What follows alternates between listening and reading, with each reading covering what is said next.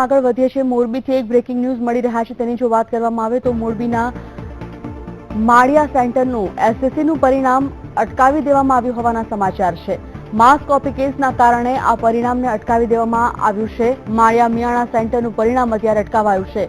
Morbi માળિયાના SSC સેન્ટરનું પરિણામ અટકાયું છે। એસએસસીનું પરિણામ અટકાવવામાં આવ્યું છે। માળિયા સેન્ટરનું એસએસસીનું પરિણામ અટકાવાયું છે। મહત્વપૂર્ણ છે કે માસ કોપી કેસના કારણે આ પરિણામ અટકાવ્યું હોવાનો નિર્ણય લેવાયો છે।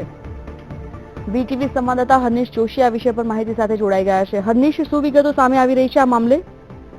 કિશનજીની ખાસ કરીને જોવા જઈએ તો મોરબી જિલ્લાના માળિયા મિયાણા ખાતે 331 વિદ્યાર્થીઓનું પરિણામ 84.58% આવતા બોર્ડને શંકા ગઈ હતી, જેના કારણે માસ કોપીની શંકાના આધારે પરિણામ અટકાવ્યું હતું।